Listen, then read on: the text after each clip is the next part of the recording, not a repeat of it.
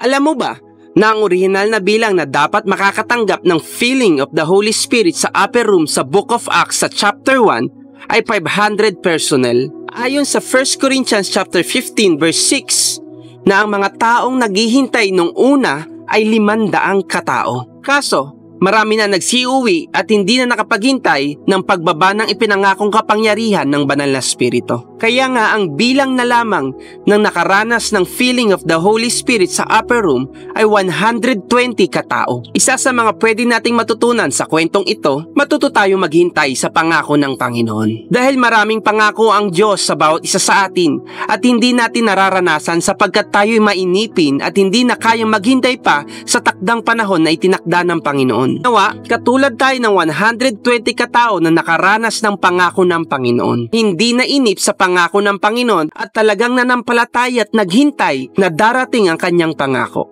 Kaya,